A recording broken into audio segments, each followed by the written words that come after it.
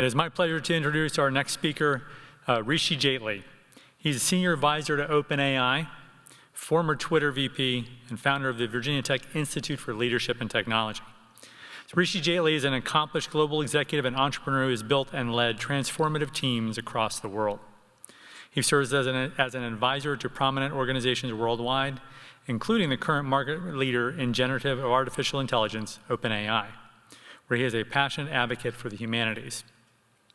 Previously, Jaitly served as founding CEO of TimesBridge, a leading venture capital firm facilitating international expansion for world-leading companies, including Airbnb, Coursera, and Uber. Before TimesBridge, he was Twitter's vice president for Asia, Pacific, Middle East, and North Africa. And prior to that, Jaitly held leadership roles at Google and YouTube in Southeast Asia and Washington, D.C., and served as speechwriter for Google CEO Eric Schmidt. As a professor of practice and humanities fellow at Virginia Tech, Rishi founded the Institute for Leadership and Technology, which offers the world's first executive leadership credential in the humanities to rising leaders in the world's technology landscape. In this keynote, he will sit down for a conversation with our Center for Business Analytics Director, Jennifer Riley. So please join me in welcoming Jennifer and Rishi to the stage.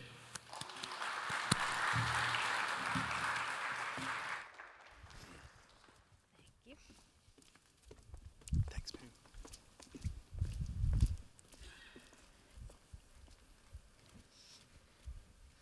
Good afternoon. We're happy to be with you today, and our goal is really just to have a conversation with each other and with you. So we invite you, as we're talking and answering questions, if you do have a question that comes up in the moment, please come to the microphone in the middle and we'll address it as we go. But this is just meant to be a lively conversation, so we appreciate you being here. And we appreciate you so much. It's great to be here. Thank you all for taking the time. So I come with questions, but really we'll just kind of jump into it and go with the flow. Absolutely. I'm fascinated by your career, working as a VP at Twitter, advising OpenAI, and now starting this work with technology leaders and helping them to bridge this gap between being human and fostering leadership in technology. What's been most fascinating to you in this body of work so far? Well, I think what's been most fascinating is that, these stages, pun intended, haven't existed before. I feel like on some level, the epiphany that hit me a decade ago was, for me, self-evident and really simple and profound.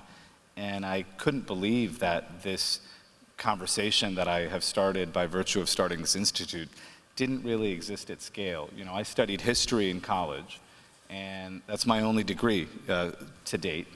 And through my career in Silicon Valley as an entrepreneur and an executive, I felt really alone through that journey. To my left, I'd look and I'd see someone super credentialed in business. To my right, I'd see someone super technically credentialed. And I didn't know what I was. I didn't feel like I fit into any of those boxes, even as I was managing sales teams, running acquisitions, building product. And I had this building sense that there were other superpowers at play in Silicon Valley that we don't give a name, that there are differences between senior managers of engineering and sales and their vice presidents that aren't just about one's a better coder, one's better at Excel, or something like that.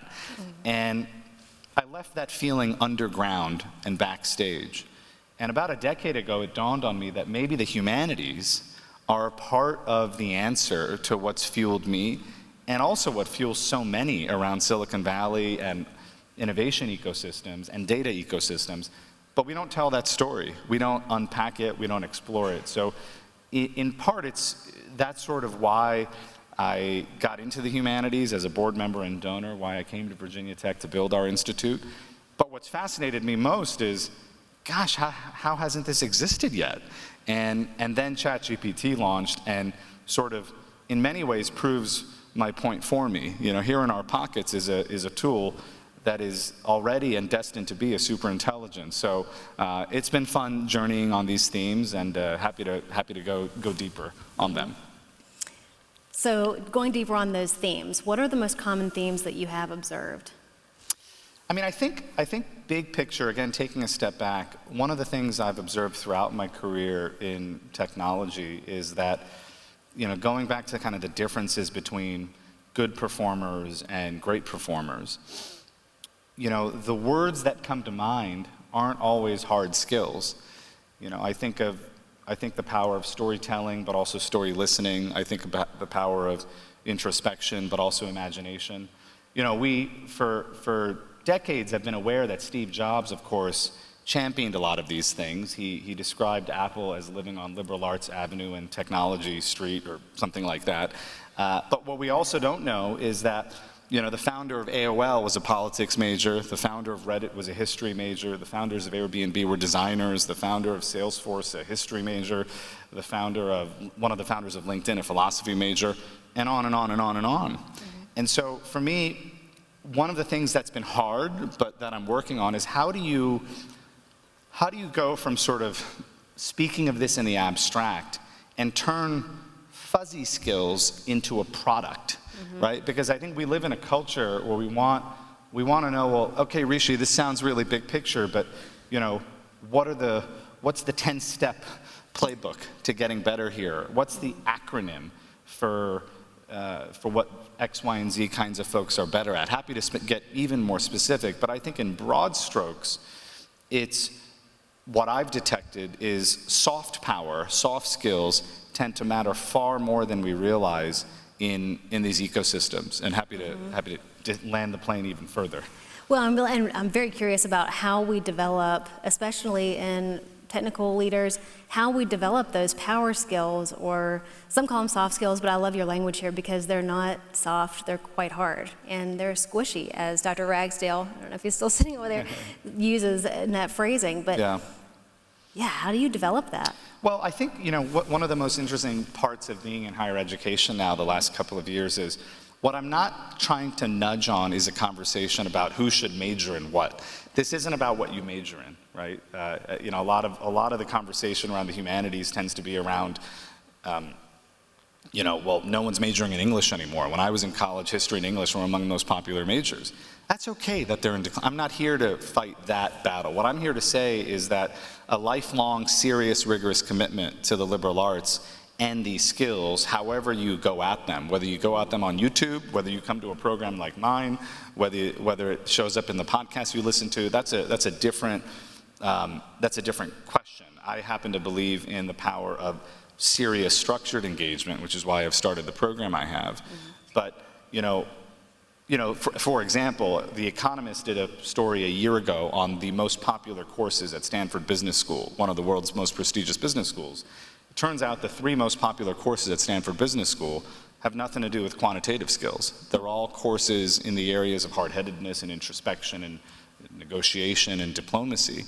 And so I think there are signals in the marketplace that tell us that these skills we regard as fuzzy actually are high impact, and I think that's why the wind is beginning to move in this direction. There's a wonderful book, I keep using the word fuzzy, a friend of mine from Google 20 years ago wrote a book called The Fuzzy and the Techie, and he chronicles much of this, how underground you have these skills being super determinant, and in many ways his book gave it a name, gave me an identity, and it's an identity that I've sort of run with for a decade or so. And is this part of the concept of a full stack human? Maybe talk more about that. Yeah, so one of the ways I've tried to sort of, because I come from technology, I'm not even a real academic actually, right? I'm not here sort of trying to play a zero-sum game on don't study business, don't study engineering. And so one non-adversarial way I've started to frame the question, together with my friend Scott Hartley, who's an advisor and teacher in the Institute here at Virginia Tech I started, is using the language of stacks, right? Most folks who've been in and around technology think in terms of stacks. They think in terms of the front end, the back end, hardware, software, APIs, et cetera. And so one way to ask this question is not just what's the superpower of the future, which is I think a really intriguing question that I, as an educator, as a parent, think about a lot, and as a professional myself. But another way to ask the question, Jennifer, is what does the full stack human of the future look like? Yeah. And I find that that question actually is maybe a more productive way to think about this. I think if you look ahead to 2034 and imagine being in a room and someone says something cutting and breakthrough and compelling in a sales pitch or in a proposal or what have you. I think what you might reflect on is someone operating at both layers of the stack.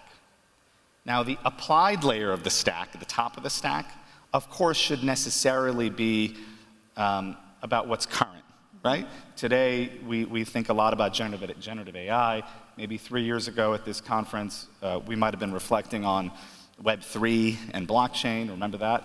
A few years before that, we might have been talking about Web 2. A few years from now, we might be talking about quantum, this. The point is, at the applied layer of the stack, undoubtedly, we humans need to find ways to cultivate currency with what's current. Yes. My view is our culture's already over-rotated there. That is what the bully pulpits around our culture, our politics, emphasize. When I'm driving, listen to YouTube videos on neural networks because it's interesting, because it's happening today. But the question is, what about the infrastructure of your stack? What constitutes the infrastructure of a full stack human? And I think there, it's the liberal arts. It's the study of music, the study of psychology, the study of history, the study of religion, the study of creative writing, that I think are more powerful than we realize, and not just advancing and fulfilling all of us, by the way, as economic actors, right? I think it's a mistake to just couch all of this as we're all just widgets in a wider GDP. But as human beings, having a sense of our own calling and not just our careers. You know, I'm curious too, as you mentioned these gaps in the stack, how does that affect a technology leader's ability to make decisions and to drive strategy, to create tactical execution, and to show up as human in the workplace?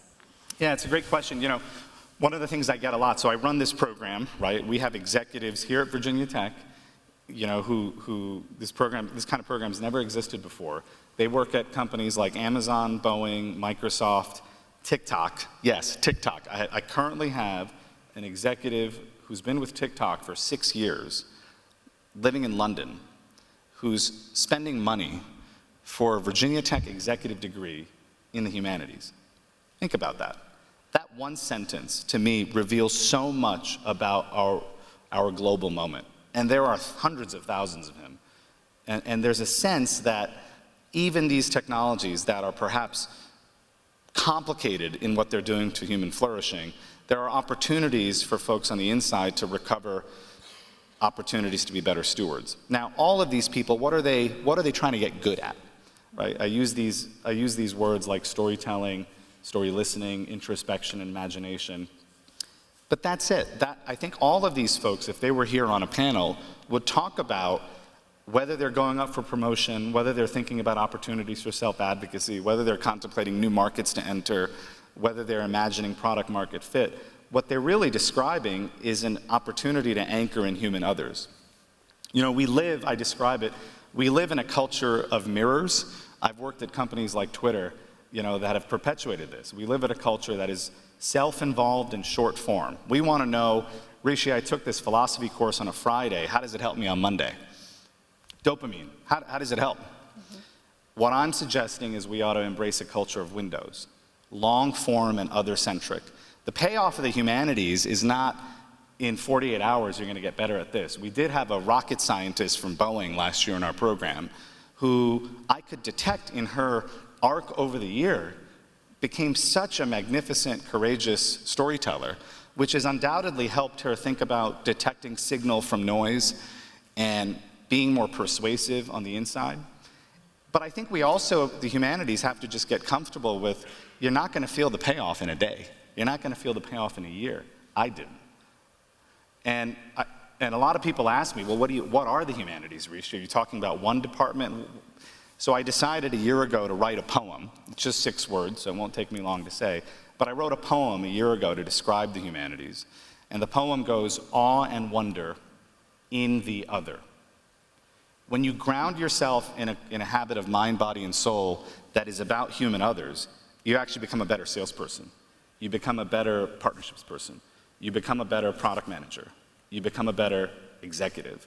And I think increasingly in a world where, you know, super intelligences can do everything for us, from writing cover letters to debugging code, You know, the real leaders are going to be folks that are able to express this side of them in an interview, in an email, in a pitch. And that kind of brings me back to this concept of distinctively human and setting ourselves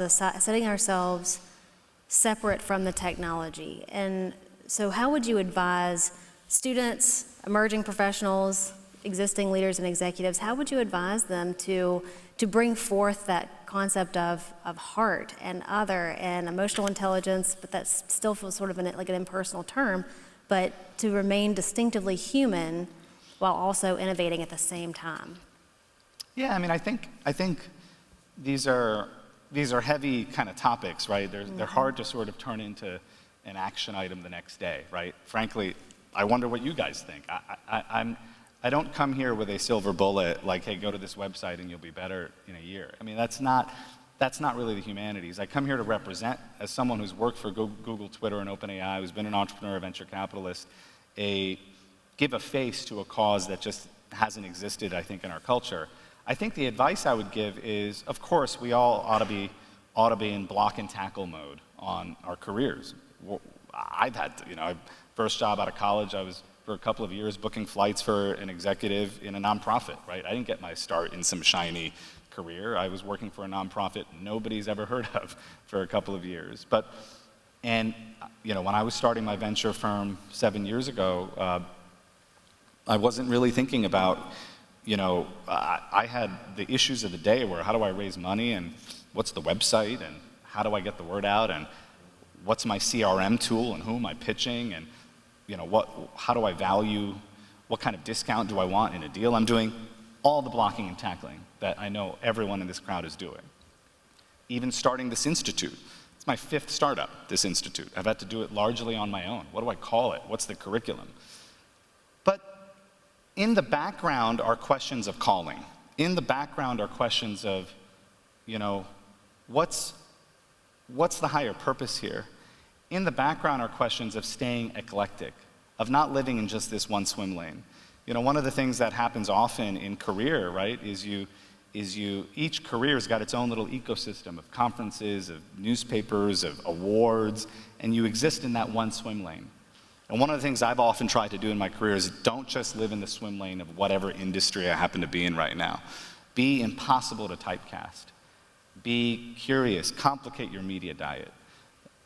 Find ways to commit to the power of the liberal arts however you can.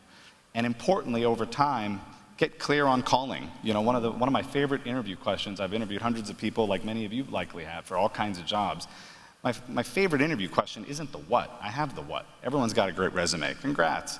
The why, right? In a world in which over time the barriers to entry into this passion economy are now so low. There's a quote out there that if you can find 1,000 people on planet Earth to care about what you produce on Substack, on YouTube, you can make a living, kind of. I mean, that's an overstatement, but you catch my drift. And so in that world, anchoring in the why has never been more important. It sounds like an abundance perspective, which is very refreshing, especially in a world where there's so much tension and complexity. How are you advising leaders, or how would you advise those in our audience to navigate such complexity and tension? Well, I think, one of the things the humanities do is they teach you to lower the temperature, to become a little dispassionate, to develop a sense that, we've sort of seen this movie before. When you study human history and human civilization, and not just human civilization, but just study others, you realize that you develop pattern recognition, which in many ways is a critical skill when you're in the business of data, right? And so developing a sense of pattern recognition, one of my mentors, the former chairman and CEO of Google, told me that so much of being CEO of Google, this is while he was CEO of Google, was just you see a problem, you have a reference point for having seen it before, and you apply that template and augment it if needed, and then you move on, right? And so I think being mindful of that has been helpful. The other thing the humanities do, I think, is, and I studied history, but I think all of the humanities do this, is is the study of history, for instance, in many ways is sort of making sense out of density. I describe the study of history as the ability to develop retrospective vision. You're looking back, you're looking through clutter, and you're trying to develop a sort of 20/20 vision. You're trying to Monday morning quarterback. Business is about developing prospective vision, right? You're making sense of clutter, signals from the market, and you're developing a sense of a different kind of vision. But both happen to be about vision.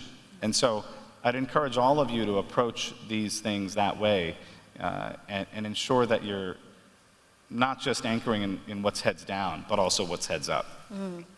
I think your career advice and skills building is incredibly valuable to the group. And I am curious about assumptions about technology leadership that you've discussed in your work at Virginia Tech, and how, or has anything been completely reversed?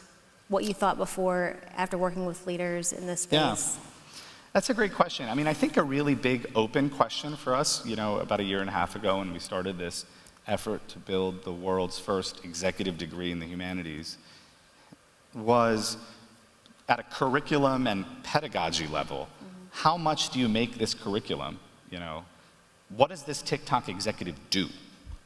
What is he doing on a Tuesday in your program? And how much to make it about, let's call it case studies and sharing of real world challenges. So the guy from TikTok is asking the lady from Amazon, what is she wrestling with, and connecting those dots, right? So I think one of the open debates was sort of how to navigate that at a pedagogical level. And I think the decision we made was, no, that's a different kind of program. So build a program around awe and wonder in the human other. So our students, last month was October, they completed a module called The Humanities and a Higher Leadership. They studied human leadership over 3,000 years. So we were reading texts from 9th century China and 16th century Italy and 20th century South Africa about how human leadership has been perceived and practiced for thousands of years. Now, when reading a text, they may on their own have found ways organically to connect the dots between, gosh, that military leader in the year 850 China was wrestling with something awfully universal and resonant with me today. But we don't design for that, right? I think those programs exist, right? And I think so part of what has surprised me has been, and this is someone who, I've been waxing poetic about the humanities for years. I mean, you can find me doing a talk like this a decade ago, right? And I think what was really stressful in the best sense this last year was like, oh my gosh, like this is a moment where I'm gonna see, are the humanities actually worth their hype? Rishi, you can give these big talks and stuff, but about your bio. But what happens when other people have to write a paper, that you assigned about the Quran or the Bible or the Bhagavad Gita or, Isaacson's biography of Jobs or, what have you. And what do they take away for their organizational leadership? And I think what's been positively surprising has been a lot. The humanities have been worth the hype, which has been really, really stunning. That's interesting. It's almost, there's a data-driven approach to what you did with your students of looking historically at leaders, and were you having them pull themes of leadership acumen or presence or, what did you discover in that process? Well, I think what we did was our first semester in our program is built around what I call introspection. So this semester, we're in November now, so the executives now are taking a course called Scriptures and Sacred Narratives. So that's their course right now. And they're reading faith-based texts from around the world and journaling around them and in seminars and lectures around those topics. The second semester, the spring, is about imagination. And so these folks engage in a creative writing module. So in February, they'll be reading poetry and fiction and writing it too. And then in March, Mr. Hartley and I, the author I referenced, we do a module called Full Stack Human, where we kind of apply the humanities to today more explicitly. But so we've kind of built it on introspection and imagination. And And I think, look, the proof's sort of in the pudding. This isn't for everybody, right? But there's clearly, thinking in business terms, a market out there. And my view is that I've sort of built something that I would have wanted a few years ago, because just 2 years ago, two and change years ago today, I wasn't in academia. I was running my venture firm, and I was looking for stuff like this, and it didn't exist. And the way I describe it is, a lot of people in the business world, this is going to sound strongly put, self-medicate with the humanities. The podcasts they listen to, the books they read. The humanities are already alive and well in terms of content experiences people connect to. And the best business ideas are those that tap into existing use cases, right? And so part of what I've built is sort of tapping into, I'm not inventing a new use case. That's, when you're an entrepreneur and you're trying to invent a new habit, that's a much steeper climb than saying there's an existing hacked together use case, and I'm just going to dress it up. I'm going to give it a name. I'm going to elevate it. That's what we used to do at companies like Google and Twitter. And so that's sort of a bit of what I've done with this institute. So speaking of some of the organizations that you've worked with, what humanities concepts have been most valuable in your advisory work with OpenAI, through your work at Twitter, et cetera? Yeah, I mean, what's interesting even about my work, and admittedly, I should have said this up front, right? By no means, should my story and my experiences be viewed as necessarily the middle of the bell curve, right? I've had a very arguably strange kind of zigzaggy experience in career, and I might be the outlier. And I'll let scholars here at Pamplin and elsewhere in the United States study that, right? I'm a bit more of an entrepreneur and driven by intuition. But for me, I think there are enough signals that suggest that I'm not as far living at the edge of the bell curve than as sometimes I think. So, at companies like Google and Twitter and OpenAI, my roles have largely been about place-based thinking. And I think a lot of that, I've never been kind of a headquarters person. I've never been kind of I'm going to sit at headquarters and build stuff centrally for the world. Part of my own journey in figuring out my calling and the major I want to declare in my career, right? You think about your careers, it's also about declaring a major at some point. Very cluttered world. You got to plant a flag. What do you stand for? And one of the things I realized, this is almost 20 years ago, when I left Mountain View and working with Eric at Google, and I went to Asia. I was one of Google's first employees in Asia. I was Twitter's first employee in Asia.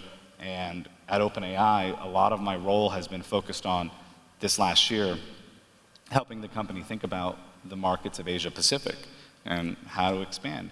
And part of that came from sort of self-actualizing around what animates me, around my calling. And I realized a couple of decades ago, I love places. It sounds corny, but I love place-based work. And it turns out there's a way to build a reputation around place-based work. And I did in Silicon Valley and around the world. It's like Rishi's one of these people where if you want to interrogate your company or cause's opportunity to plant a flag in a place, and I've been an entrepreneur in Detroit, I've lived in Delhi, he's an interesting person to work with on opportunities to not superficially engage with a place, but to interact with folks in government, with folks in the developer community, with folks in the influential community, with folks in the existing incumbent business community. And so a lot of my work has been about translation, actually, and diplomacy, and anthropology, and helping these companies understand place.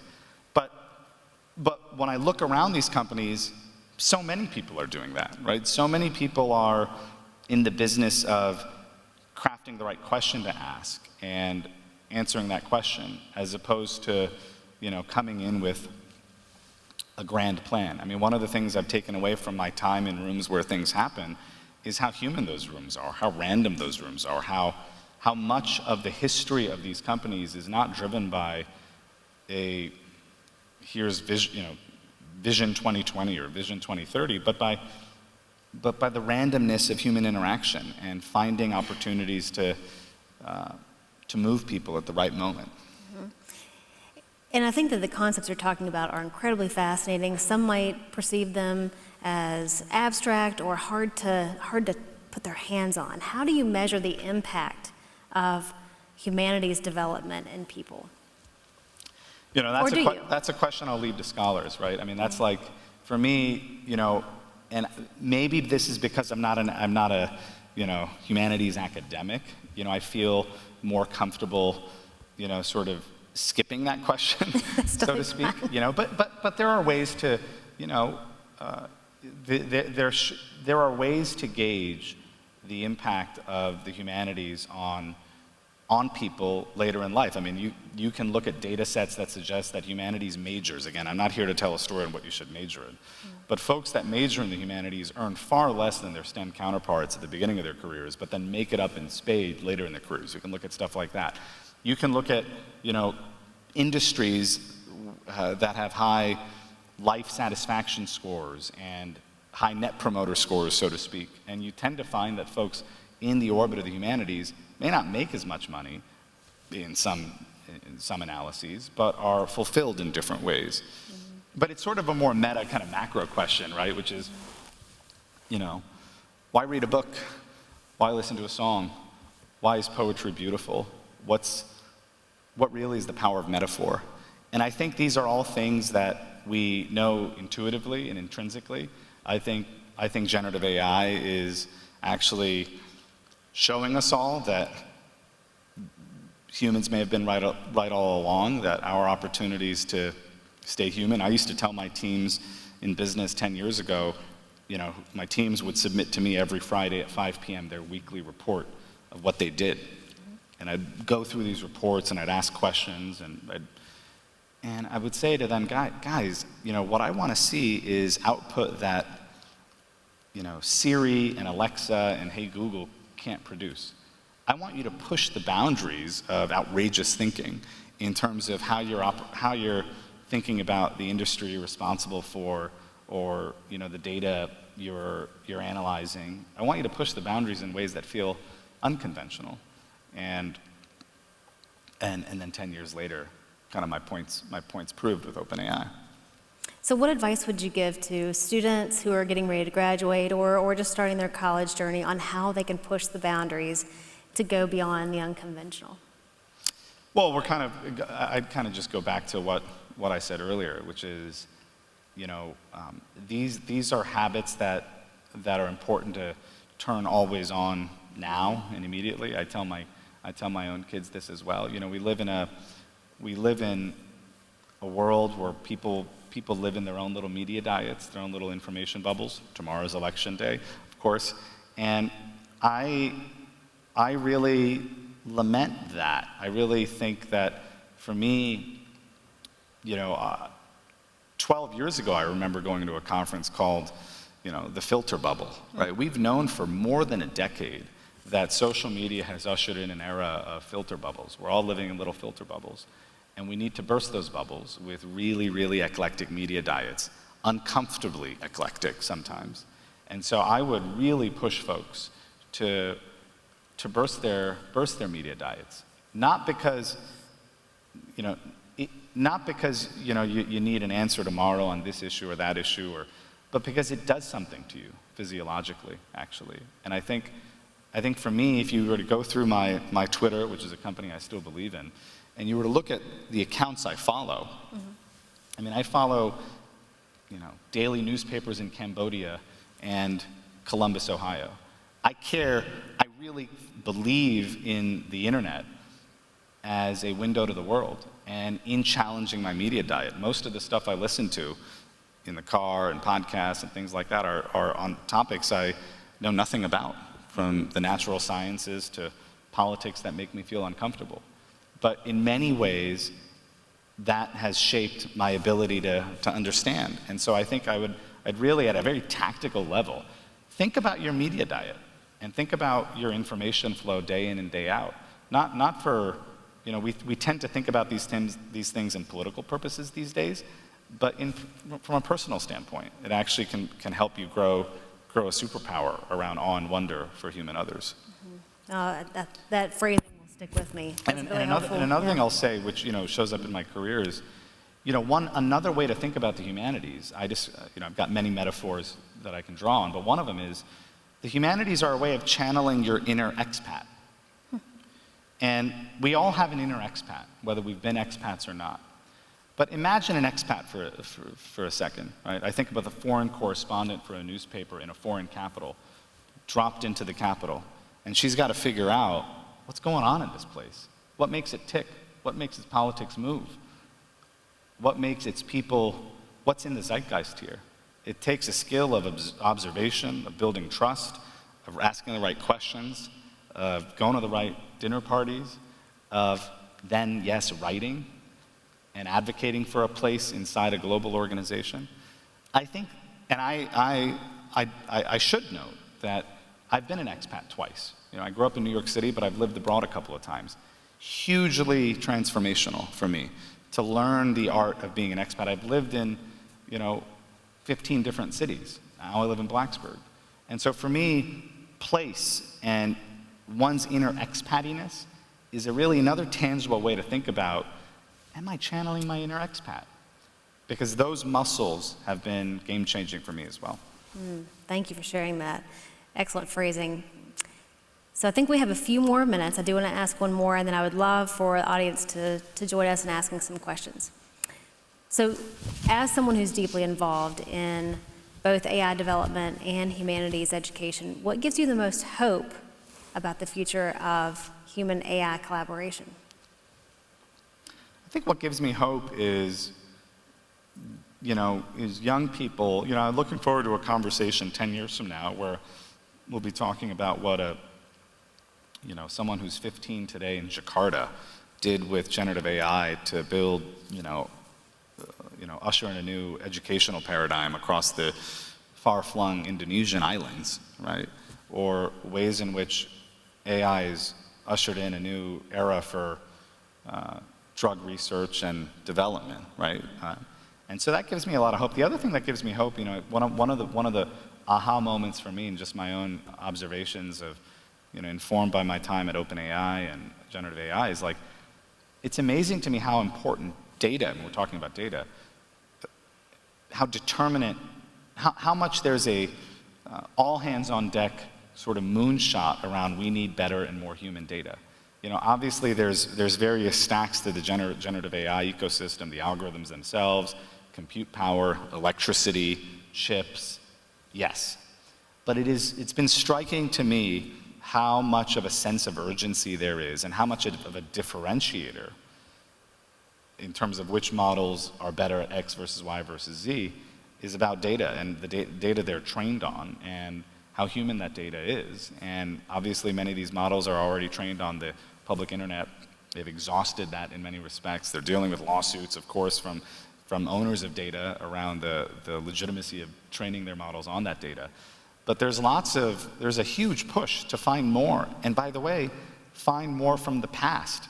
One of the most interesting things about this generative AI moment is these models are a result of kind of human language. They're trained on human language. So you have this really interesting humanities meets technology thing going on right now where it's sort of looped back to human language, right? It's actually human language and its beauty that, the more generative AI companies can aim at human language, for instance, I think in Spain, there's an archive of letters to the monarchy from the 15th century, handwritten letters.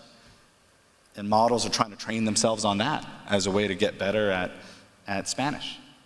And so I've just been really struck by how data is central to the story of where these models are headed. Thank you very much. I would invite you, does anyone have any questions from the audience?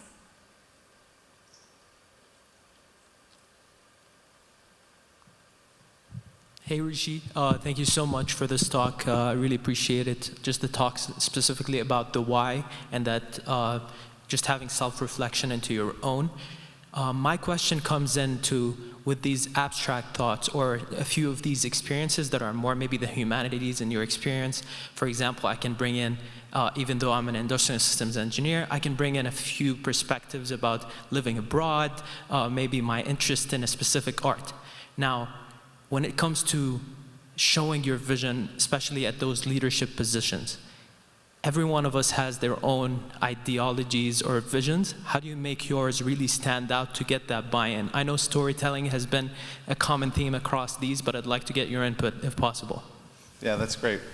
I mean, I think, and the question, if I heard it correctly, was sort of, you know, when you're inside these companies and you're trying to get your vision to resonate at higher levels, those folks have got their built-in sense of the world. How do you break through? And, you know, but I think for me at least, as I look back, and I've had many moments like this, right, where I've had to drum up dollars for investment in a country, where I've had to generate interest in an acquisition, where I've had to advocate for a product, where I've had to raise money for a business.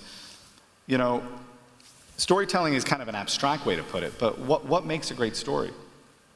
There's tension, there's protagonists, there's urgency, there's great use of language, there's timing, right?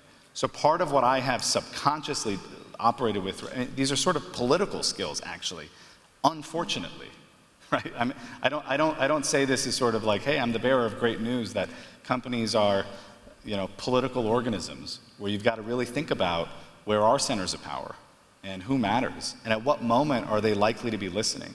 But I think dramatizing and creating a sense of urgency around your, and a sense of currency that this matters today, you know, I think a lot of the worst pitches, you know, that I've seen inside companies, you know, are almost too innocently delivered.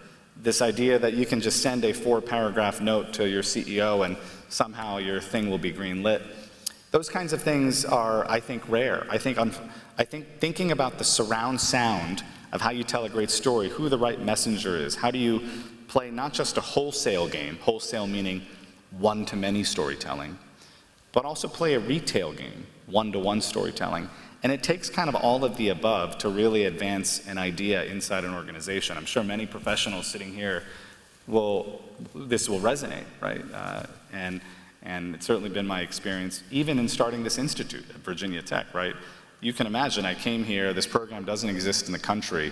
How did I get this started, right? It took a year of me thinking about how do I dramatize the opportunity to do this, even inside of Virginia Tech. Thank you very much. One just small follow-up. Once you get that, part of your question about to the academics, how important is it to, you know, back up these claims with quantifiable metrics? Around the humanities? Yes. You know, I think it is important, but I think that I would encourage and hope that folks in academia interrogate this, and many are. I think one of the things you realize, though, in your career, and I'll never forget this, I was sitting with Eric Schmidt after Steve Jobs passed away in October of 2011. I'm sitting with Eric in his office, no longer at Google. Eric and Steve Jobs were good friends, and I asked Eric, what was it about Steve Jobs that was remarkable, the guy that built Apple? He said one word, intuition. I said, what do you mean? Like he had a sense of data, of user? He said, no, intuition. He understood the power of he understood the underbelly of analysis paralysis. And I think we underestimate the extent to which sales deals are closed, companies are bought, companies are funded, people are hired on the basis of intuition. We underestimate that. Now that might be a comment I'm making from, ironically, intuition, but I wouldn't lose sight of that as you think about your careers and your startups, et cetera. Maybe poking holes in this desire to measure. That's right. Because some things... And I used to, I mean, you go back to much earlier in my career, I used to be a metrics geek, right? You know, our culture already rotates there, and so I try not to spend too much time on that, because that would be something that, you know, harder to break through on that score. Well, I believe we are fortunate to have you at Virginia Tech and in the industry. So thank you so much for your wisdom and your perspectives. I think we're at time. I'm looking off stage at Luke, All right. and he's sharing with me. So thank you so much. This was we really great. Thank you. Appreciate it. Appreciate the conversation. Yeah. Take care. Thank you, John.